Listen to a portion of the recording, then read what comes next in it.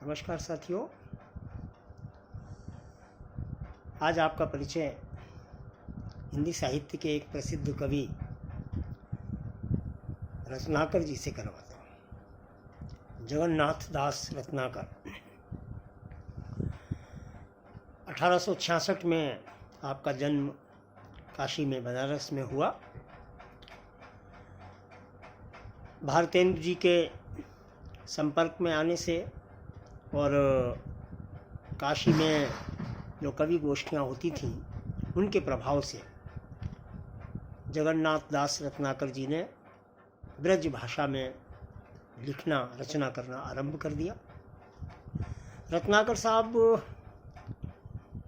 न केवल एक अच्छे कवि बल्कि अनेक भाषाओं के ज्ञाता और विद्वान थे। किसी भी छंद की व्याख्या करने की जो उनकी क्षमता थी वो बहुत विलक्षण थी। उनके विषय में हिंदी साहित्य में कहा जाता है कि रत्नाकर जी में भक्ति काल की आत्मा रीत काल के ढांचे में अवतरित हुई है। यानी कि रत्नाकर जी के काव्य का जो वर्ण विषय है वो है तो भक्ति काल के अनुरूप, लेकिन उनका जो कहने का ढंग है, तरीका है, वो रीतिकाल जैसा है। तो रत्नाकर साहब ने बहुत सारी रचनाएं लिखी, जिसमें हरिश्चंद्र, गंगा अवतरण, उद्धव शतक, हिंडोला, समालोचना दर्श और कई मुक्तक संग्रह। सबसे प्रसिद्ध उनकी रचना है उद्धव शतक, जो मुझे बहुत प्रिय है। बचपन में मेरे पिता की लाइब्रेरी में उद्धव शतक पूरी किताब थी, मैं इसको पढ़ लिया करता था, बहुत अच्छी लगती थी। और तभी से बहुत सारे उसके जो छंद हैं, कवित्व हैं, वो मुझे कंठस्थ हैं आज भी, हालांकि थोड़ा रिवाइज करना पड़ रहा है। तो उद्धव शतक के बारे में कहा जाता है कि एक बार रत्नाकर साहब हरिद्वार की यात्रा पर गए तो उस दौरान उनकी जो पेटी थी जिसमें इस उद्धव शतक के 100-125 छंद लिखे रखे थे वो कहीं चोरी हो गई।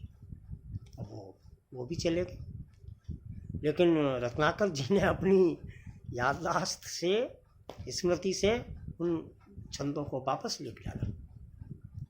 तो उन्हीं कुछ कवित्वों से, छंदों से आपका आज परिचय कराता हूँ उद्धव शतक की। रत्नाकर जी ने उसमें बहुत अच्छा चित्रण किया है कृष्ण और उद्धव, गोपियों और सबका। जैसा कि आप सभी जानते हैं, भगवान कृष्ण ने अपने सखा उद्धव को अपना संदेशवाहक, दूत, मैसेंजर बनाकर ब्रज में भेजा ताकि उन गोपियों को, ग्वाल वालाओं को, जो उनकी प्रेम में बहुत ज़्यादा परेशान थे, उनको वो सांत्वना देकर आए, शांत करके आए, कुछ ज्ञान का पाठ पढ़ा कर आए। ऐसा आपने देखा ही होगा महाभारत में, कृष्ण के सीरियल में, अन्य तमाम उसमें उदाहरण। तो वही है। इसमें जो छंद रत्नाकर जी ने लिखे हैं अलग अलग उसके हैं। जैसे पहला कृष्ण और उद्धव का संवाद। कृष्ण ने जब उद्धव जी को बुलाया कि भाई तुमको गोकुल में जाना है या ब्रज जाना है और मेरा ये संदेश लेके जाना, तो वो कुछ कह नहीं पाए, आंखों से ही बरसात होने लगी आंसुओं की। तो उसका दृश्य का बहुत ही अच्छा चित्रण रत्नाकर जी ने किया है। वो छंद प्रस्तुत है कि बिरह व्यथा की कथा कत अथाह आहा, कहत बने न जो प्रवीण सुख बीन सो, वो कह रत्नाकर बुझावन लगे जो कान, ऊधों को कहन हेतु ब्रज जुव तीन सो, कि गहवर आयो गरो भवर अचानक त्यों, प्रेम पर्यो चपल चुचाई पुतरीन सो, और नेक कही बेननु अनेक कही नैनन सो, और रही सही कहे तीनी ही चिकीन सो। थोड़ा सा भावार्थ इसका समझा देता हूँ कि रत्नाकर जी कह रहे हैं कि ये जो प्रेम है, विरह वेदना है, उसकी कहानी या उसका वर्णन करना बड़े बड़े अच्छे कवि नहीं कर पाते हैं। तो जब कृष्ण भगवान उनको, उद्धव को बताने लगे कि भैया तुमको ब्रज की नारियों से, युवतियों से क्या कहना है जाकर, तो वो उनके प्रेम में इतने याद उनको आ गई कि उनका गला भराया कृष्ण भगवान का, आंखों से अश्रु की वर्षा होने लगी। तो थोड़ा बहुत तो उन्होंने अपनी वाणी से कहा, बहुत कुछ अपने आँखों से, नैनों से कह दिया, और जो कुछ थोड़ा रह गया था वो उनकी हिचकियों ने कह दिया। कृष्ण भगवान को उनकी इतनी याद आने लगी अपने सखाओं की, गोपी ग्वालों की, सिसकने लगी। तो ऐसा दृश्य। फिर रत्नाकर जी ने उसमें उद्धव शतक में, जब उद्धव जी मथुरा से ब्रज के लिए प्रस्थान कर रहे हैं तो उसमें मार्ग में बहुत सारे कवित्व लिखे हैं।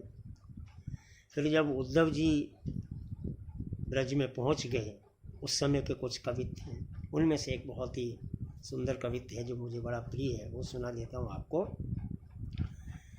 कि भेजे मन भावन के उद्धव के आवन की, सुधि ब्रज गावन में पावन जबे लगी। और कहें रत्नाकर गोवालन की, झोरे झोरे नंद पौर दौरे दौरे आवन तबे लगी। और उझकी पद कंजन के पंजन पे, पेख पेख पाती छाती छोहन छबे लगी। और हमको लिखो है कहा, हमको लिखो है कहा, और मोह को लिखो है कहा, कहन सबे लगी।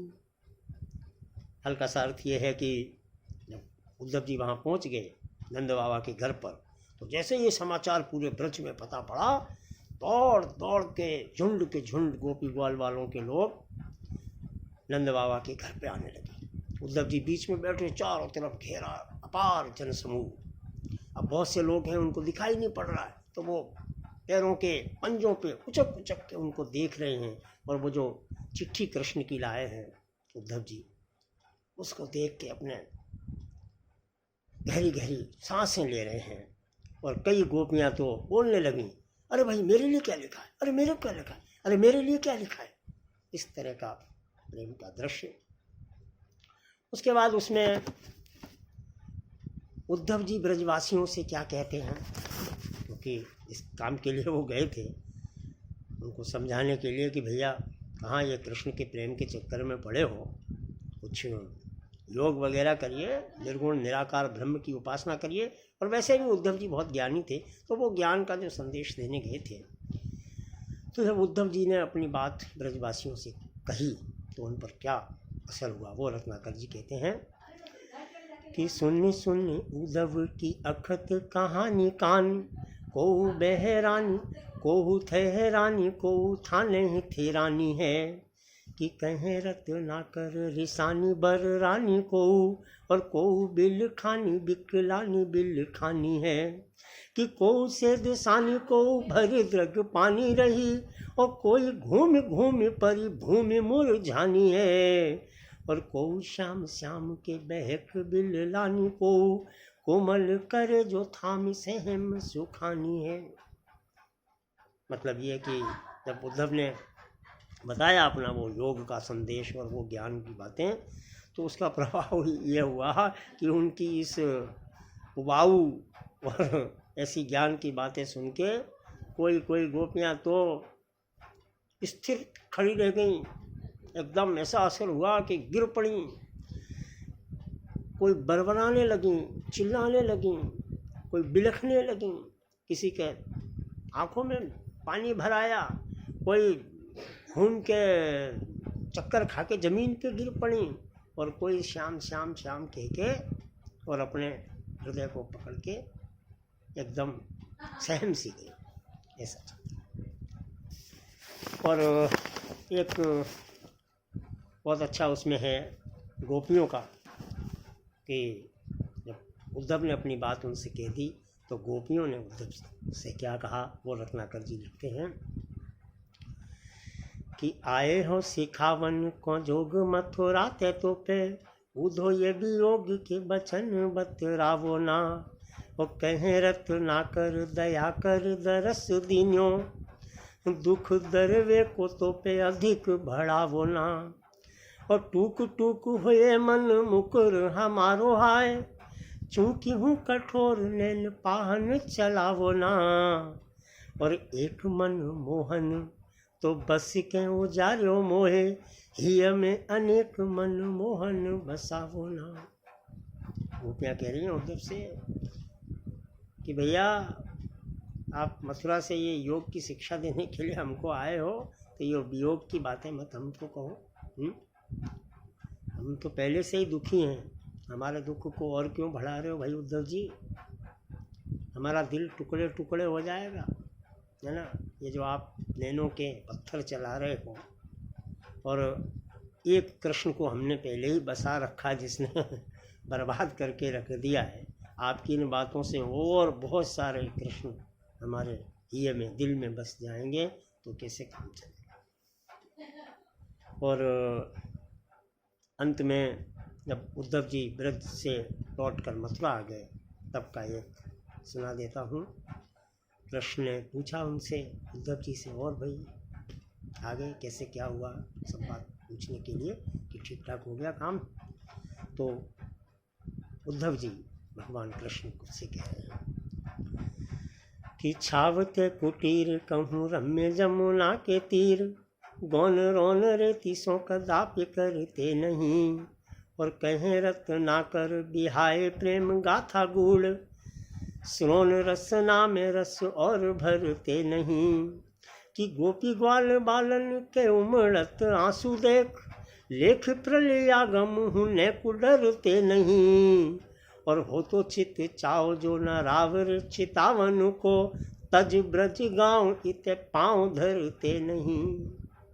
मतलब ये है कि उद्धव जी ने कहा, भगवान वहीं कहीं यमुना के किनारे में कुटिया उटिया बना लेता, है ना।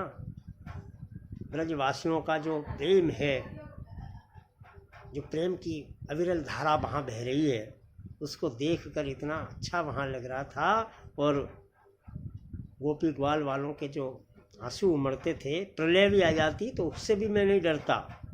वो तो आपसे मिलने का वादा किया था, आपको वापस संदेश देना था। अगर ये नहीं होता तो मैं उस गोकुल और ब्रज को छोड़कर इधर मथुरा झकने भी नहीं आता।